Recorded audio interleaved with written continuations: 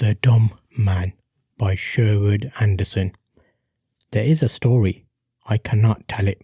I have no words. The story is almost forgotten, but sometimes I remember.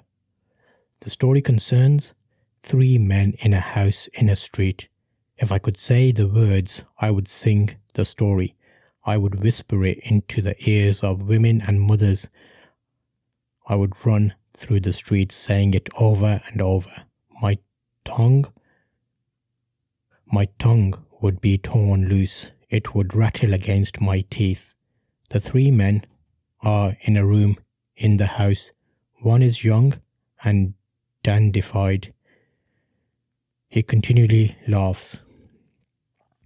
There's a second man who has a long white beard. He is consumed with doubt, but occasionally his doubt leaves him and he sleeps. There is a third man, who has wicked eyes and who moves nervously about the room, rubbing his hands together. The 3 men are waiting. Upstairs in the house there is a woman standing with her back to a wall in half darkness by a window. That is the foundation of my story, and everything I will ever know is distilled in it. I remember that a 4th man came to the house, a white, silent man. Everything was as silent as the sea at night. His feet on the stone floor of the room where the 3 men were made no sound. His feet on the stone floor of the room where the 3 men were made no sound. The man with the wicked eyes became like a boiling liquid. He ran back and forth like a caged animal.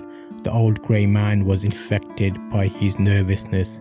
He kept pulling at his beard. The 4th man, the white one, went upstairs to the woman. There she was, waiting. How silent the house was, how loudly all the clocks in the neighbourhood ticked. The woman upstairs craved love. That must have been the story. She hungered for love with her whole being. She wanted to create in love. When the white silent man came into her presence, she sprang forward. Her hips were parted. There was a smile on her lips. The white one said nothing. In his eyes there was no rebuke, no question. His eyes were as impersonal as stars. Downstairs the wicked one whined and ran back and forth like a little lost hungry dog. The grey one tried to follow him about, but presently grew tired and lay down on the floor to sleep. He never awoke again. The dandified fellow lay on the floor too. He laughed and played with his tiny black moustache. I have no words to tell what happened in my story. I cannot tell the story. The white silent one may have been death.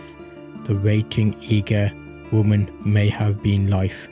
Both the old grey-bearded man and the wicked one puzzle me. I think and think but cannot understand them most of the time. However, I do not think of them at all. I keep thinking about the dandified man who laughed all through my story.